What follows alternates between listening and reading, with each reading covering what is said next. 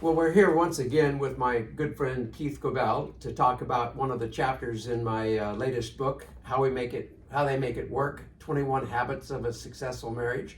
And today's topic is going to be on how, in a healthy marriage, they make it a habit to consider putting the other person's need ahead of their own.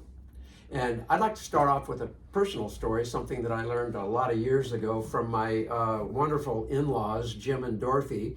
One day we were at their house on a real hot Phoenix afternoon, and I went up to Jim and I said, "Hey, Jim, I've noticed that you guys have a really fantastic marriage." And I said, "I'd like to bottle whatever it is you've got going and sell it, and we can split the profit, you know." And he kind of got a laugh out of that.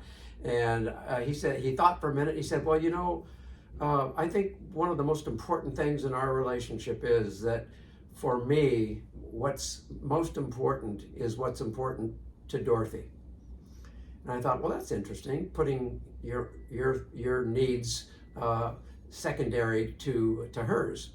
And about an hour later, I was talking with Dorothy, and I didn't tell her about that conversation that I had had. But I asked her the same thing. I said, "Dorothy, what is it that makes your marriage so good and so uniquely positive?" And she thought for a minute and she said, "What's important to Jim is important to me."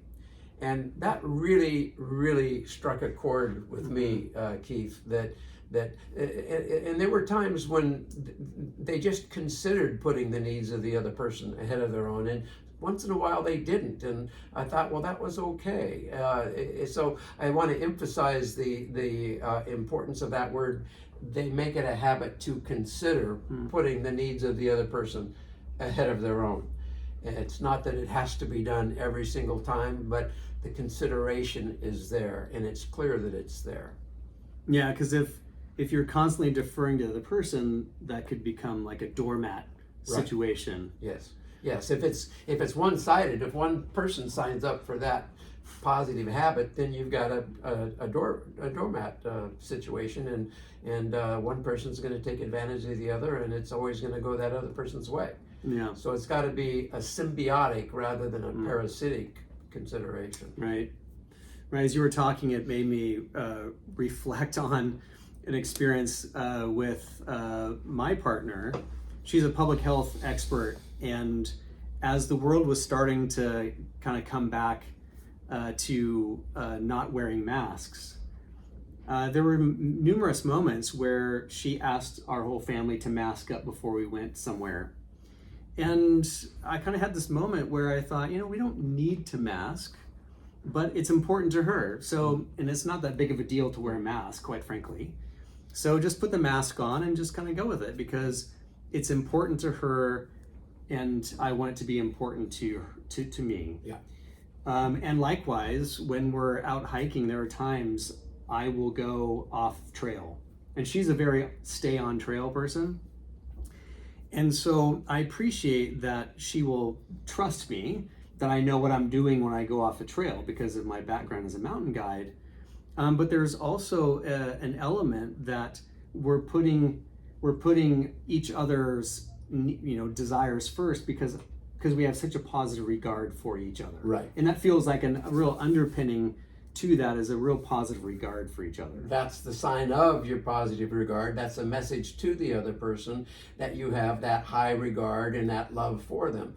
By the same token, if you are in a relationship, say a work relationship with somebody who you have to be in relationship with them, but you don't really respect them, you don't really admire them, you really don't like them, but you have to be in relationship, the likelihood of your putting their needs ahead of yours is slim to none, because you don't really have that care and that compassion and that love. And so on the contrary, that's a sign of love and respect for the person that you've chosen to live the rest of your life with. So there's a real strong message in saying, that's not the way I would do it, that's not what I need, but if that's important to you, then let's do it that way.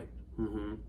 And before this recording, you were talking about kind of the argument between your in-laws about this. I think it'd be interesting to talk about. Right. If I saw Jim and Dorothy debating anything in the 15 years or so that I was had the pleasure of knowing these two wonderful people.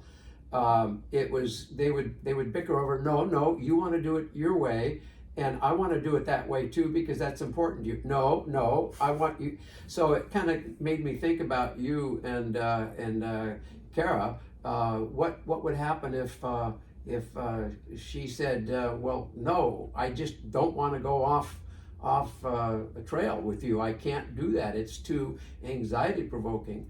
How would you solve that problem? Yeah, I mean, it would be okay, let's stay on the trail. Like, this is really key for you right now. Is that really true, or are you just saying it for the camera? A little bit of both, but but again, it comes back to trust, but also the positive regard of, look, I know you know what you're doing. I don't really want to go off trail, but it's important to you to go see what's on that ridge over there. Okay, let's go. Yeah. Like I will put my needs or my desires in this situation secondary because I know this is important to you, and we'll go that way. And sometimes I stay on the trail. Sometimes she'll say, no, let's not go over there. Let's just stay on the trail because it's going to get there a different direction. I'll be like, okay, that's fine. Yeah. Like, it's important, and I don't want to, have to transcend that because I'm more important in this situation right now. That's not the case. So trust is important in this whole process, but so is pride. Sometimes we have to set our pride aside to say, I'm going to do it your way without a bad attitude or a chip on our shoulder. Let's do it your way.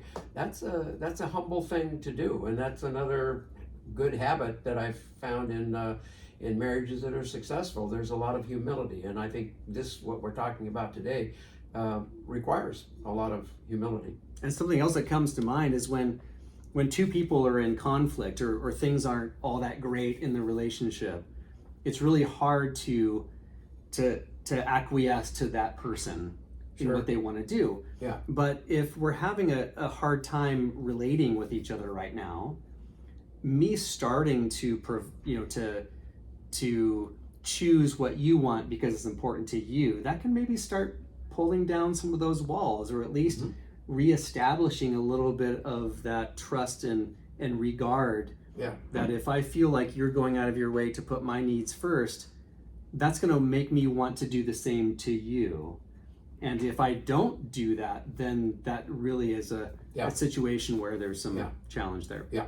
Well, these are good thoughts and insights. Hopefully it was helpful to any of you who've been tuning in. Next time we get together to have a chapter chat, it's going to be on the habit of bragging just a little bit about your spouse to others, letting them know how proud you are of that other person's successes or accomplishments. So I hope you'll join us.